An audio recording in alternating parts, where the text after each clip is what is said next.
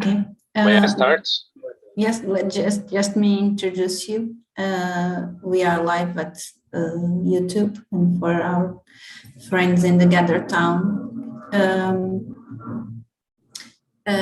This is Felipe Nuncio from Agri Marketplace, one of Portugal's top agri-tech startups. They have been working a lot on this field of marketplaces and digital trading, and Felipe is going to talk about a little bit about this theme. So Felipe, whenever you want, thank you for being here with us. Okay, thank you for the invitation. My name is Philip, as we already told. I start doing the presentation of myself. I'm a mechanical engineer, and I've done an MBA program in ESIS, and I've met some good people there, and we have made a group of 4 to start and found this Agri Marketplace projects based on constraints and many problems I have as a farmer to trade the crops I produce, and all the gap I have identified as a big room for improvement in trading in special crops in the farming sector. So starting this presentation, I will start doing an overview of the digital trading platform, and then I will focus some of the main benefits on this kind of tools and the main constraints we can find in the markets that limits the capability of scaling up these kind of tools quick and globally.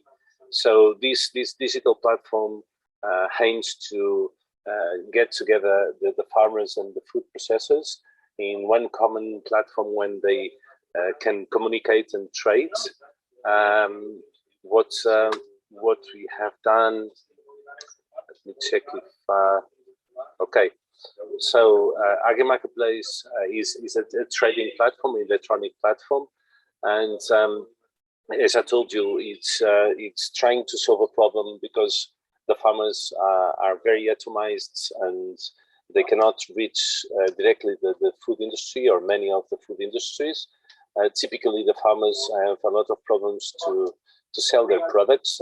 I used to say that farmers are one of the worst sellers in the world because in the most cases, they don't sell anything. They just wait for the buyer to visit them, and they just accept or don't accept the proposal from the buyer.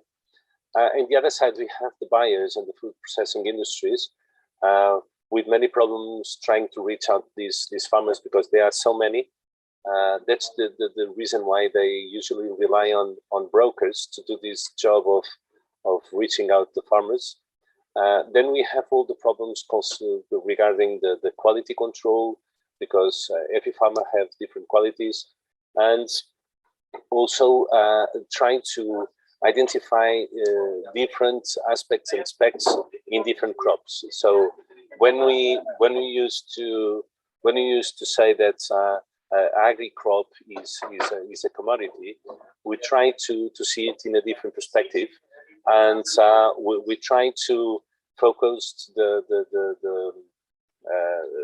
value proposition in our platform based on trying to differentiate the quality of the crops, and with those differentiations, trying to get the fair value for each crop concerning the quality of each crop.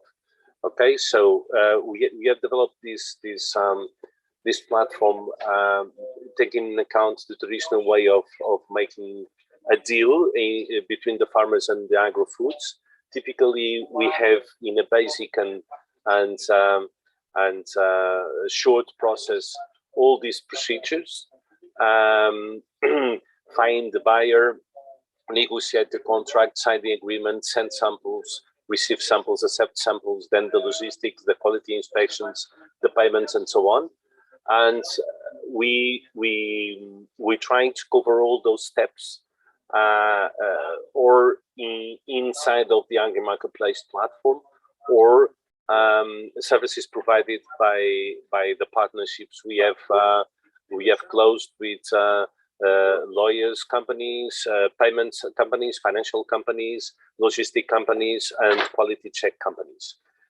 So AgriMarketplace, what we do is inside of our platform we can in fact link the farmers and the cooperatives with agro-industry with no need of any kind of intermediation, with many advantages and benefits working this way. This is a kind of an illustration of a screen we can find in the platform. The other boards in blue, you can find some offers from the sellers. In orange, some bids from the buyers, because this is a bidirectional platform. It's completely free to post an offer or a bid in the platform. And then when we push a button in one of these offers or bids, you can see all the specs details of each lot of product. And this way we can have total transparency in terms of price, levels of the crops, and the quality and specs of each lot that is being offered or bidded in the platform. You have to take into consideration that many price levels we can find all over Europe in different crops are market based on declaration of prices and deals, and never is something based on documents and invoices. So this is something that can takes many advantages concerning the transparency and how clear the prices can come to the market. Okay, so we are trading already many different products like grains, nuts, coffee, and olive oil. That is the go-to-market strategy. We have begun only trading in Portugal and Spain. Then we have started also doing some deals in France, Italy, and United States, especially on nuts. Then we went to Brazil for the coffee, and we aim to get global this year and next one. Okay, so the main benefits we can wrap up this presentation. We are more or less in half of the 15 minutes of presentation. So we try to wrap up all the main benefits and main constraints we can find in this kind of digital trading platforms, and we can summarize these benefits on more value for the crops, especially when we are trading special crops. Many of the cooperatives, you have to take in consideration that many cooperatives, they don't have the skills to separate different crops. If we have an organic crop and conventional crop, in many cases they just mix them up and they lose value. So we want to be specialized on special crops, special specs, and not working with crops that can be commoditized. Then we also offer free access to the global markets. Everyone can just get registered for free and post an offer or a bid for free, and from that moment on, everyone can see all the offers that are in the market. We only charge a fee if a certain deal is we have a match and the deal is closed. Then we have total transparency. All the specs are detailed. We do analysis to the samples. We get the samples from the farmers. We send the samples to the food industry. The prices for each offer and bid are completely and easy access to everyone. We also have in place a safety and secure payment system with a financial partner, and easy and convenient because it's very easy. In less than 1 minute, you can post an offer and you can update it. Many constraints. In many cases, we face some buyer resistance because the buyers are in a comfortable, sometimes they are in a very comfortable position because they are much more well prepared and have many more skills for doing commercials, and they use those skills to reduce prices and to use that leverage to get better business for them. So getting into a platform where they can lose a kind of this leverage compared with the sellers, they in some cases they see this as an advantage. We don't see it that way. We are convinced that the buyers have much more to win than to lose in using this kind of platforms. Then the sellers' lack of digital skills. These will demand that the sellers will have to have skills to post their offers, to update their offers, and to have an email account. Many of the cases they don't have. The age of an average farmer in Europe are above 60 years old. Some of them have only mobile phones with buttons, so it's quite complicated to make them come into the platform. And then digital versus physical processes. So we have figured out after 2 years online and doing business that despite we have big advantages on putting digital on these trading processes and digitalizing all the many processes that are typically made by humans. In many cases, you cannot digitalize many of those steps. For example, like sampling management and sampling analysis and trying to advise the customers what is the quality of the lots and the price level they should post in the platform. You have always to have a physical and a human interaction with the process. So we have reached out to a point where we are convinced that our platform is the mix between the best we can have from these digital processes and combined with the best we can keep from the human interaction. So those are the main benefits and main constraints we can find in the digital trading platforms.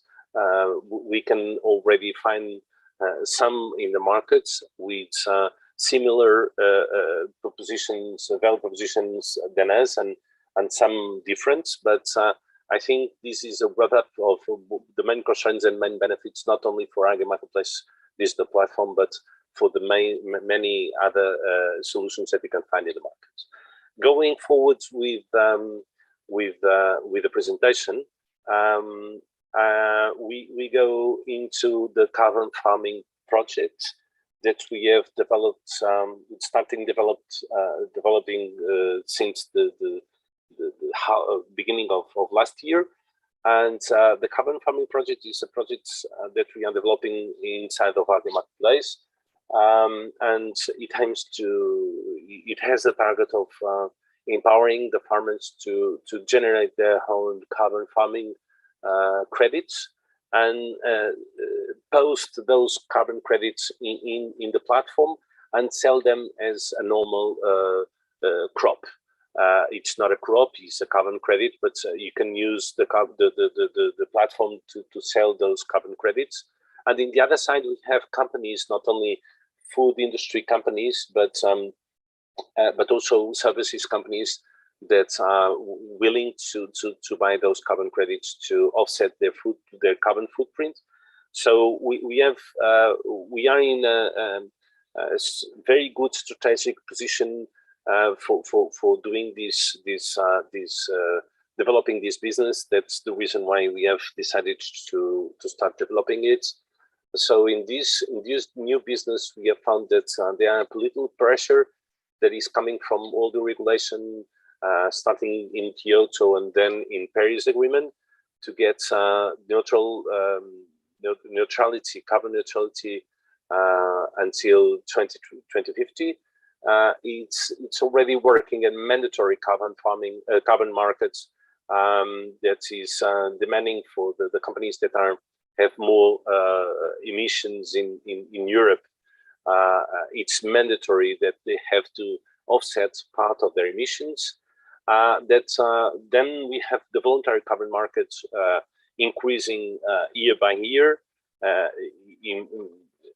and we have upcoming benefits to companies and farmers that I already told you will benefit.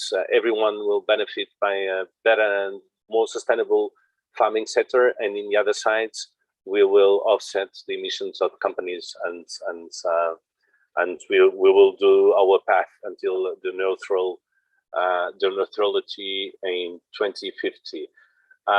These are the ongoing process. The potential of this market is huge, and we see this as a very optimistic prospects for our company. The model of the business model we have built so far is we have contacted many of our customers, farmers that are already our customers, and they have a good profile to be a partner in these projects. And we approach them and we give them all the services they need in order to generate their own carbon credits. Of course, they have to do many efforts to convert themselves in a more sustainable farming business. Okay. In the other side, we have companies that are already our customers also, special food industry companies that are willing to offset their emissions. So we work with them to define their baseline on footprint emissions, and then we try to sell them the carbon credit generated by the farmers. Okay, the global carbon offset market forecast is huge. As you can see in all the publications and all the news that are coming to the press every day. I will not waste many time presenting these points, but I will come directly and quickly to the main constraints and the main benefits we can find in the market for this kind of business model. And I start doing the main benefits. So most sustainable UE farming sector. So many farmers are moving towards to a more sustainable farming procedures. If you see all the submissions that we have done so far in UE, year by year, you see many customers, many farmers moving to bio production modes and so on. So all the sector are very sensible to the needs of moving to a more sustainable farming sector. Then the companies have easy access to carbon credits, which is not as easy as we can expect.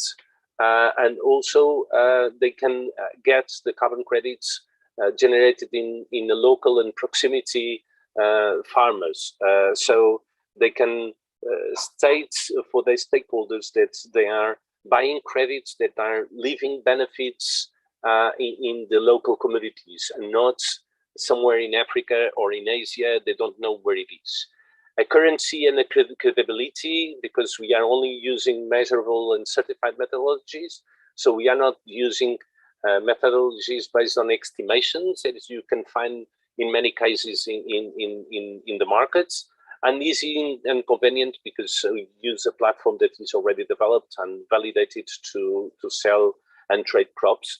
And we will use the same platform to sell and buy credits. Main constraints. I think the main constraints came especially from regulation, wrong regulation, unfair regulation, and bad standards.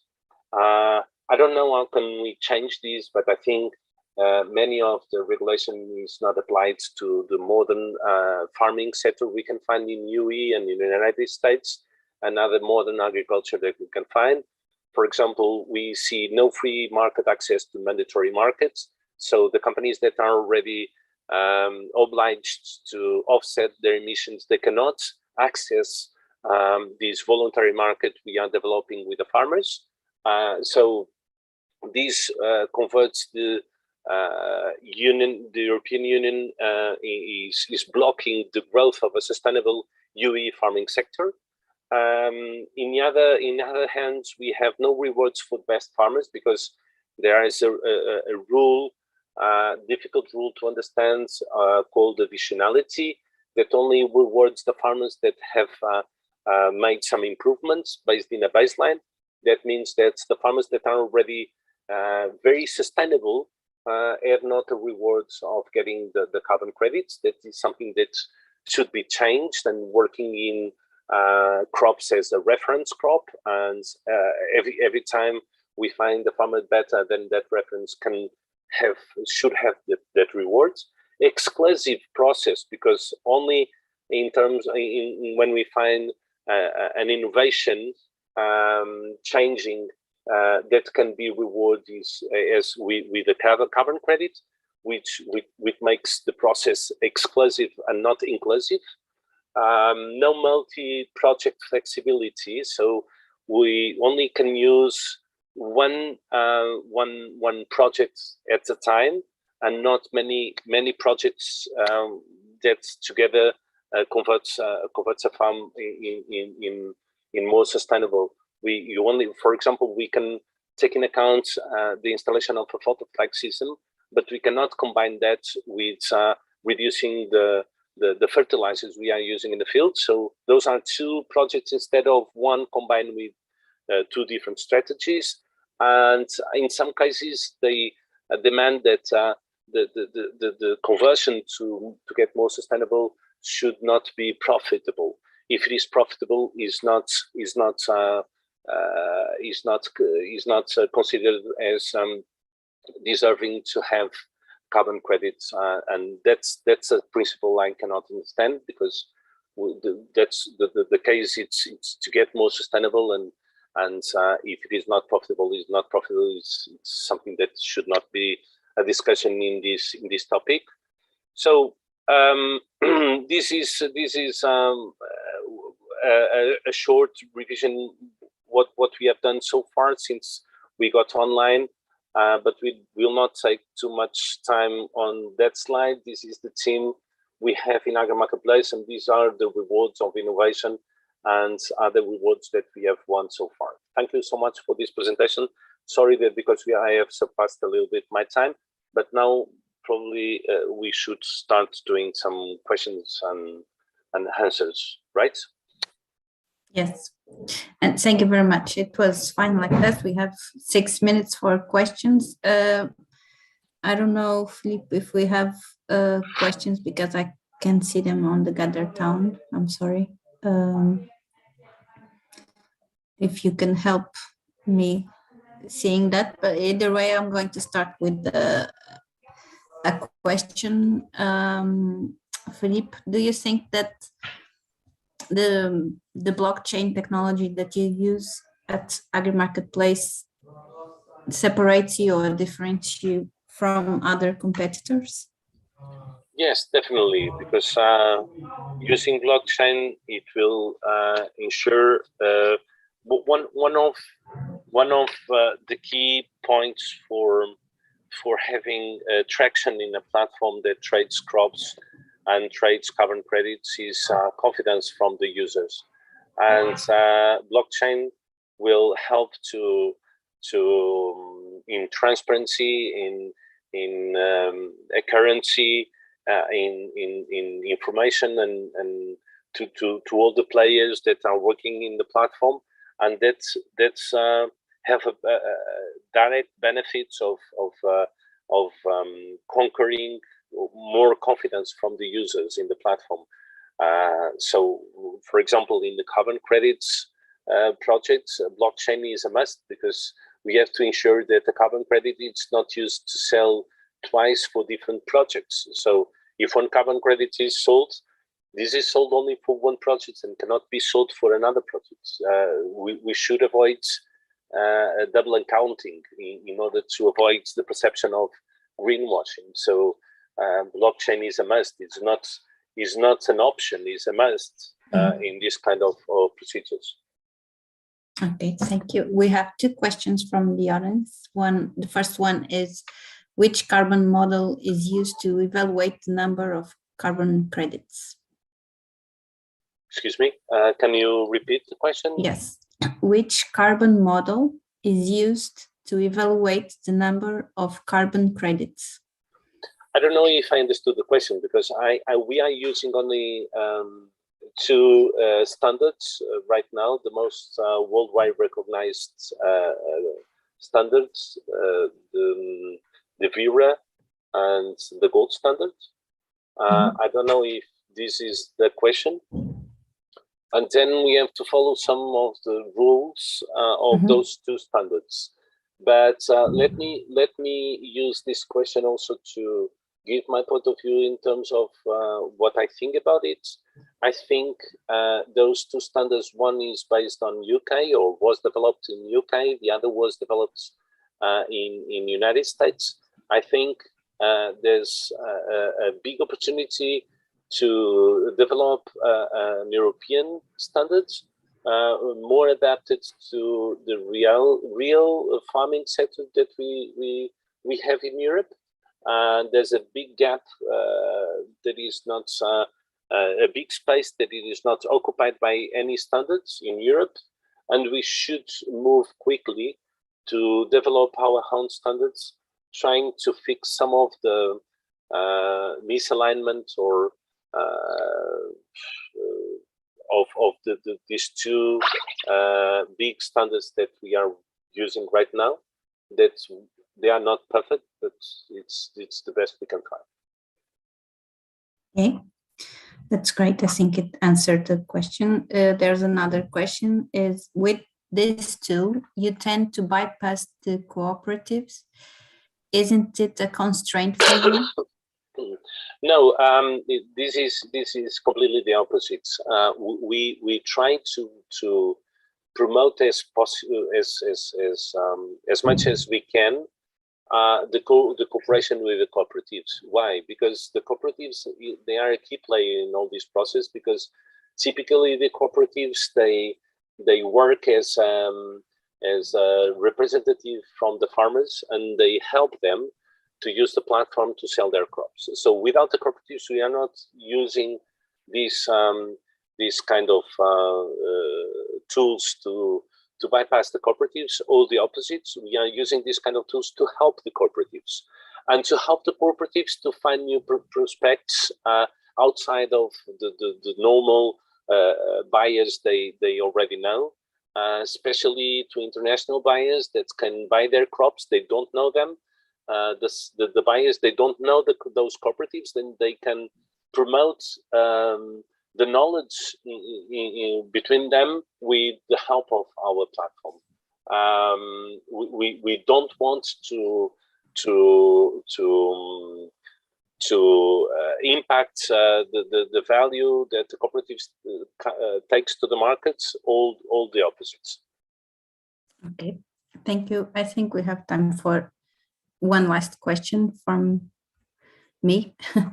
Do you see agri marketplace, so this kind of marketplaces, using cryptocurrency to exchange instead of normal money? Okay, I think it will come to points where the crypto can have its space, but not right now. That's not even something that is demanded by the players. Also, because you have to take into account that if you have problems digitalizing all the farming sector, even more if you talk with the main the most cases, the farmers, they don't know what is a crypto coin or crypto money. So I think that's not the case for the next few years. So that's not a challenge for the next months or a few years at least. Years. Okay, thank you very much, Felipe. I think we have reached our time. It was great to hear again about the agri marketplace and about these issues that you are tackling. We have the next workshop at be here at that time. Philippe, thank you again. Thank you very much. Thank you for the opportunity. It was a pleasure to be here with you, okay? Presenting the solution. Thank you. Bye. Thank you. Thank you very much. Bye. Bye.